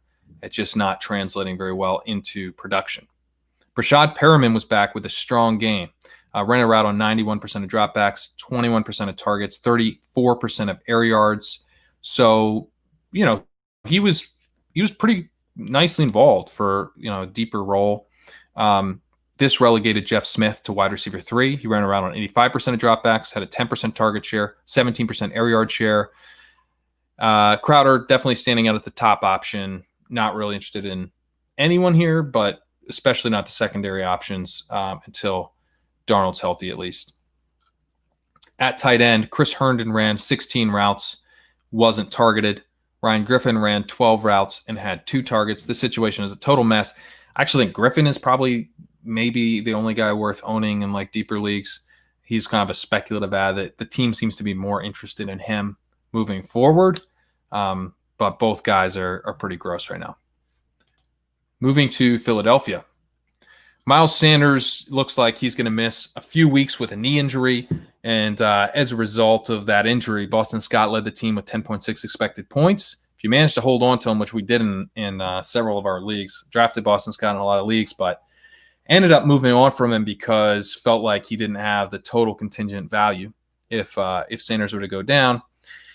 But this week was a nice week if you do have Scott for him to get an increase in playing time, because he'll be playing the Giants, and he had 2 carries inside the 10 this week. So again, just a reminder that Boston Scott is not your typical satellite running back. He does actually get some of those high-value touches. He does get some of that green zone work.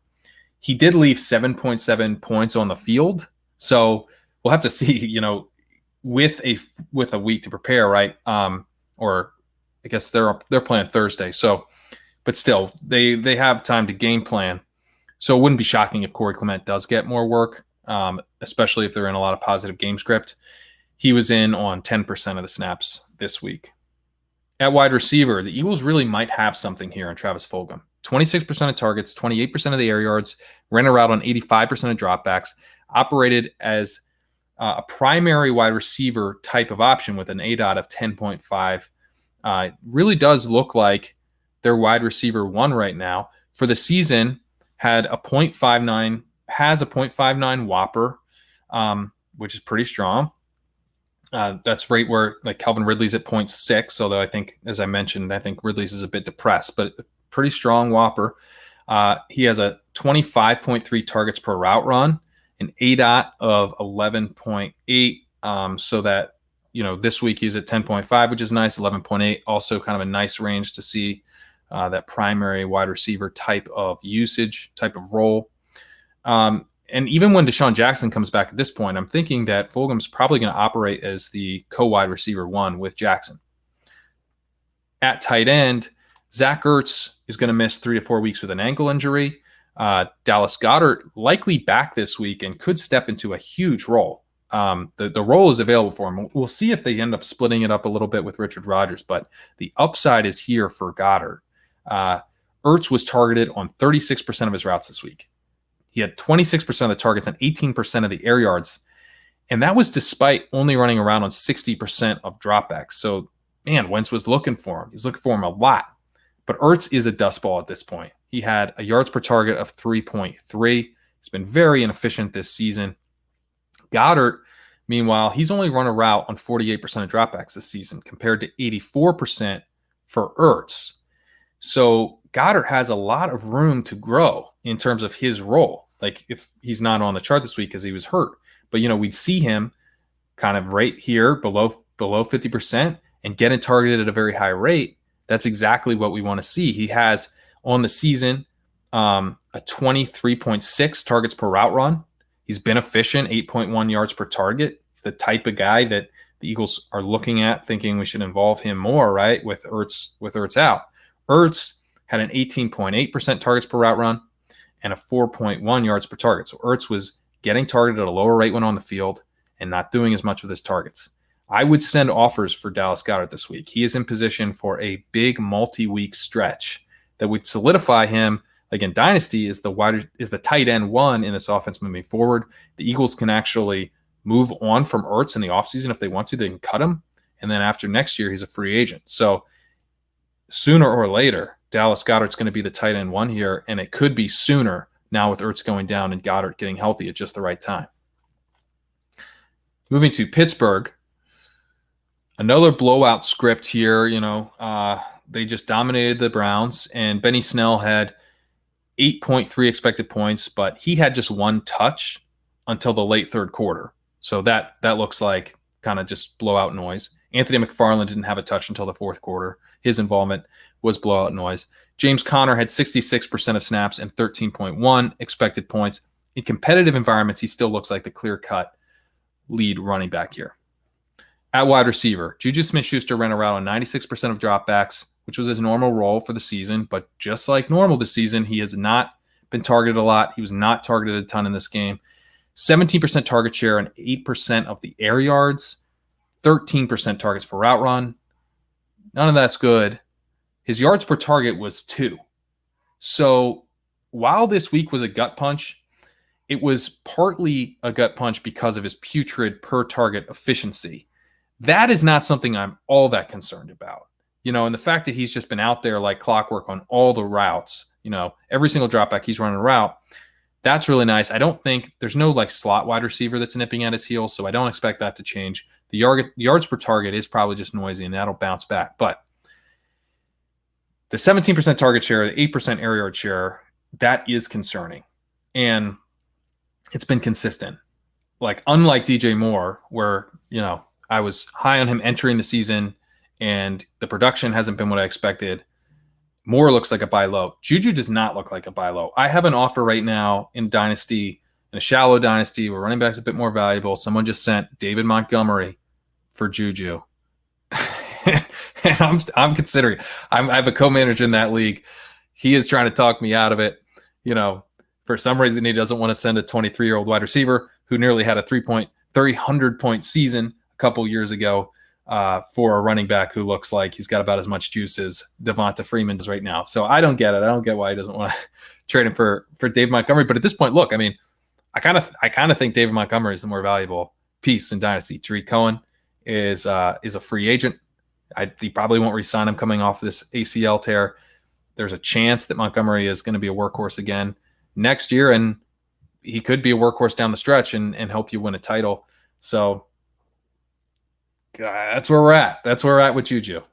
I'm trying to convince someone to trade him for David Montgomery. That's where we're at. It's gross. Chase Claypool, he's a stud. He is also due for regression, but he is a stud. This week, he had only 17% of targets, 28% of air yards, but he had a ridiculous 18.5 yards per target. So here's the thing, right? You'd rather see the targets and the air yards most of the time. But this is a guy that's fighting for a bigger role. And he just looks so good when he gets targeted. He almost had a touchdown in this game, stopped just short of the goal line. He looks amazing. And the key question now is he going to run ahead of James Washington once Deontay Johnson gets back? You have to think that this 18.5 yards per target helped. You have to think that the fact that he has a 3.49 yards per route run this year has helped his case to run ahead of James Washington. If he does run ahead of James Washington, he's going to be very, very valuable as an outside wide receiver in this offense. He's going to be on the field. He's going to get a chance to outcompete Deontay Johnson for targets. We haven't really seen a chance. He hasn't really had a chance to show if he can do that. I think that he might be able to, in which case he would be the wide receiver one in Pittsburgh. So it's pretty exciting. Hopefully his amazing play helps him carve out a role even with Deontay Johnson back. Eric Ebron went 2 for 9 in this game. Not great. But he had 17% of targets. He had a targets per route run of 25%. He ran around on 64% of dropbacks. That's all good. He has a season-long targets per route run of 18.6 on 73% of routes. Looks like a very viable starting option. Not an overly exciting starting option, but very viable. In San Francisco, Raheem Mostert was injured. He's already on the IR with an ankle injury. Tevin Coleman looks unlikely for this week. Jeffrey Wilson was inactive this week with a calf injury. So pretty interesting what we see going forward. Jerick McKinnon had 32% of snaps. JaMychal Hasty had 21% of snaps. McKinnon led in expected points, 7.3 to 5.8 for Hasty. Both running backs were inefficient, leaving over 2 points on the field each. What are we going to see going forward? I think we could see Jerick McKinnon get used as a workhorse again, which we saw when Mostert was out.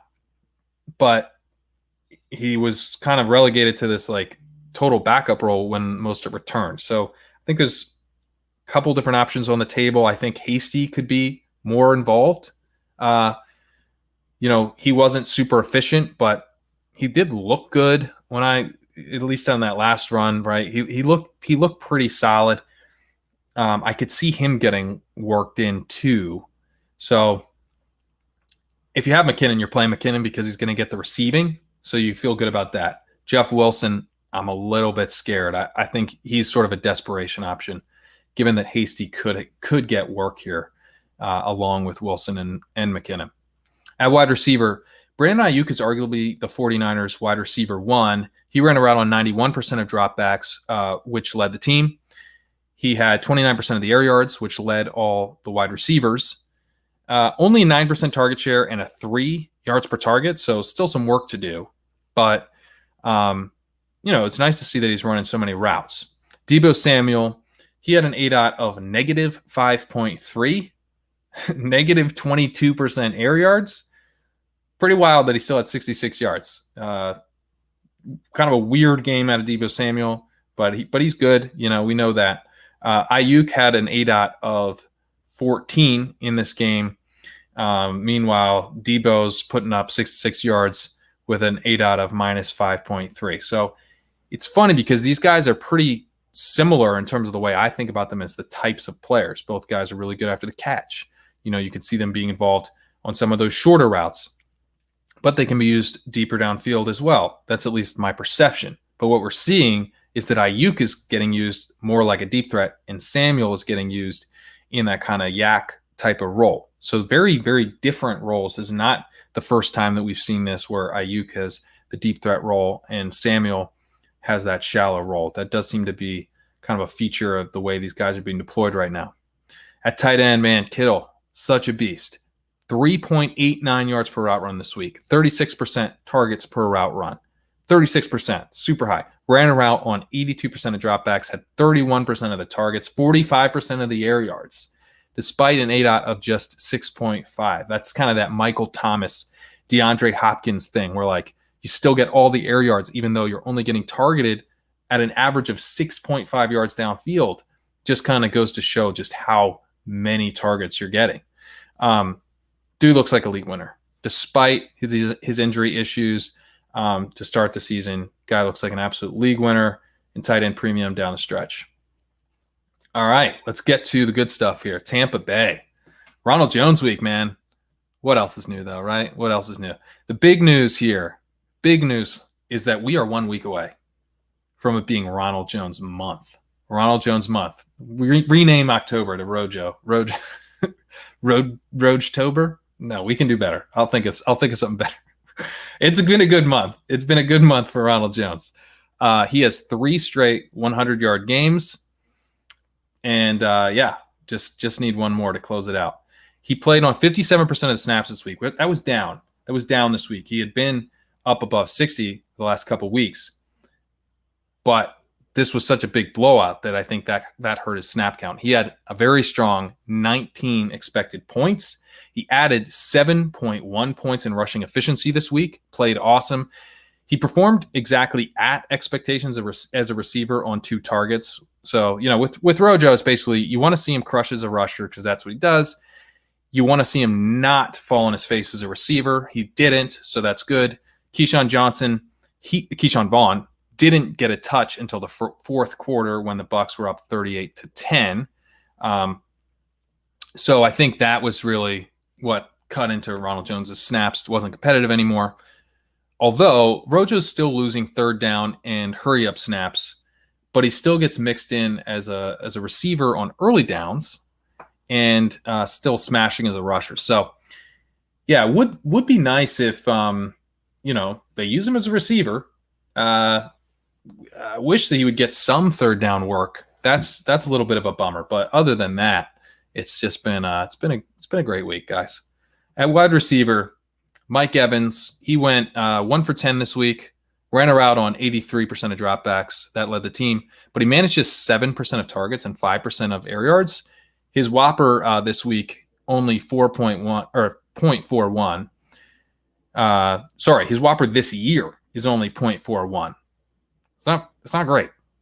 He'll have spike weeks, but Brady does seem to be a bad fit for him, which we kind of suspected he might be. But yeah, it doesn't look great for Evans not getting that dominant share that we would expect from a player of his caliber. Chris Godwin, he ran a route on 69% of dropbacks, had a 26% air yard share, 26% target share rather, 15% air yard share, had a targets per route run of 35%. Probably he was working back from this ankle injury, right? And that's why he wasn't out there all the time. But he was getting targeted heavily when he was out there. So this was a bullish week for him. Assuming he is out there more often moving forward, he looks like, this week showed some good underlying volume for him. That said, his Whopper on the season is only 0.43 this year, so not much better, really basically the same as Evans, which kind of points to not that he won't have value, but that he's going to be inconsistent. Unless we start to see the Whopper for hopefully both these guys tick up, it's going to be pretty inconsistent week to week with both Godwin and Evans. Part of the reason that these guys didn't have huge target shares this week is that Rob Gronkowski had a day. He had a 36% targets per route run in this game, 30% target share, 39% air yard share. He had a Whopper of 0.72, which is like a wide receiver one type of Whopper. Even his routes run were up. He ran a route on 76% of dropbacks, which was a season high, and now he's been at 70+% in 2 of the last 3 weeks. He does seem to be benefiting a little bit from O.J. Howard not being involved after going down with the Achilles tear. Gronkowski has a 18.4% targets per route run this season, but he is becoming more of a full-time player. I think he's in that kind of Eric Ebron range where he's startable, but it's going to let you down some weeks. Meanwhile, Cameron Brate, he's kind of in that O.J. Howard role. He ran a route on 38% of dropbacks, but just a 9% targets per route run this week. So he's kind of in that O.J. Howard role, but he's not O.J. Howard. And I think that is helping Rob Gronkowski. If Gronk were to get banged up, Brate would be kind of interesting, but otherwise he's a very, very difficult play in any format. In Tennessee, Derrick Henry is pretty good. Pretty good. Had 19.4 expected points in this game, right? That's good. Pretty good. Borderline elite. But he put up 21 points above expectation. 21 points. That's like a full running back one game's worth of efficiency that he put up as just added on top of 19.4 expected points. I mean, like he had a 94-yard rushing touchdown. So, that's kind of how that happens. But dude he was running so well. Jeremy McNichols, he also had 8.1 expected points. So the crazy thing is that Henry ceded like a fair amount of the value of this backfield to McNichols and still had that huge game. McNichols also played on 39% of snaps to Henry's 60%. It's a lot more than you'd think given the output. McNichols, I think, needs to be owned everywhere with Evans on IR right now. He can be a spot flex potentially, but more importantly, he has major contingent value with Evans on IR and getting some work. And he actually looked pretty good. He had that rush in overtime where having Henry in DFS, I was nervous that maybe McNichols would actually get in the end zone. But Henry ended up getting in a few plays later. But yeah, I mean, McNichols ran strong and 8.1 expected points, 39% of snaps. Definitely have a little bit of something here in McNichols. At wide receiver, A.J. Brown had 2 touchdowns, but a bit of a disappointing day in the underlying metrics. 17% target share, 0.46 Whopper, ran a route on 84% of dropbacks at least, which led the team, and had a strong air yard share of 30%.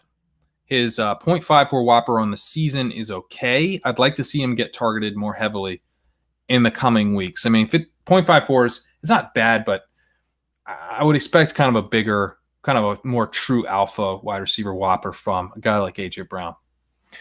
At tight end, Jonnu Smith had an ankle injury in this game, only ran around on 30% of dropbacks. Have to see what his status is going forward. Anthony Ferkser picked up the slack here and then some. He had a 33% targets per out run, 22% target share, 21% of the air yards. He put up a line of 8, 113, and 1.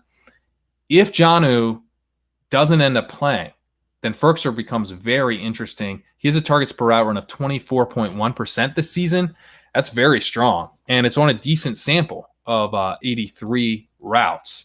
And I'll say that Jonnu is being targeted at a very high rate this year as well, which indicates, that this is an offense that utilizes the tight end. So Ferkser could be stepping into a role that's really nice.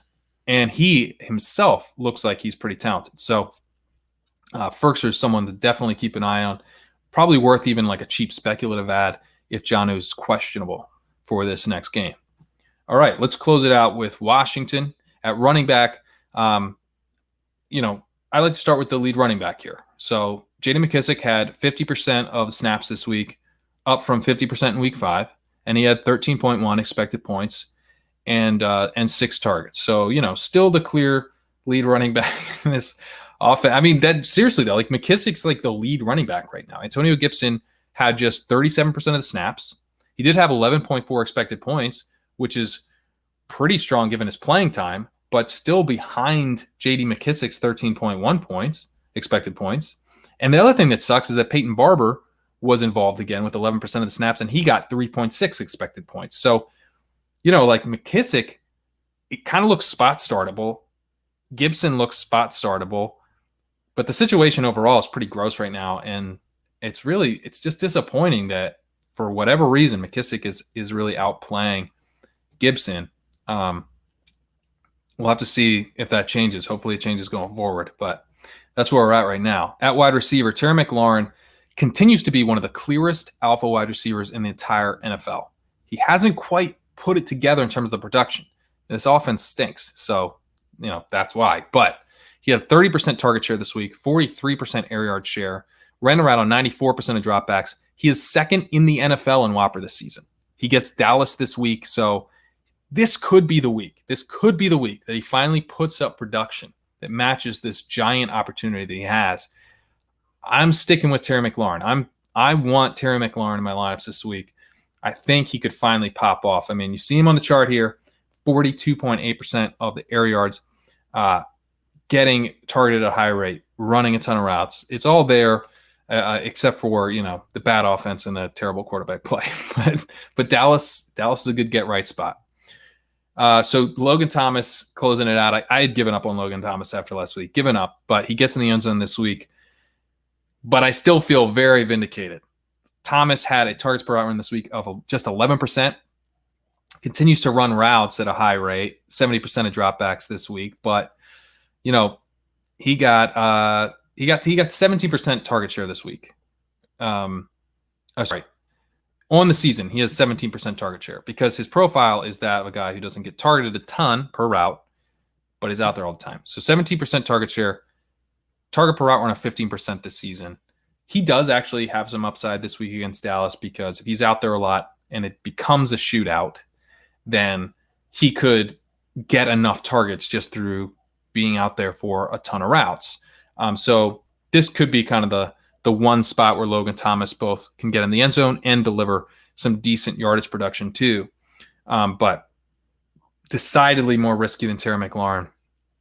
Does not have the kind of upside that we're seeing in terms of the target volume that Terry McLaurin does. So Logan Thomas looking kind of like a viable tight end option, viable spot start there this week. But yeah, if we're getting excited about Washington in their matchup against Dallas, the only guy that I see really seeing an elite ceiling for is Terry McLaurin.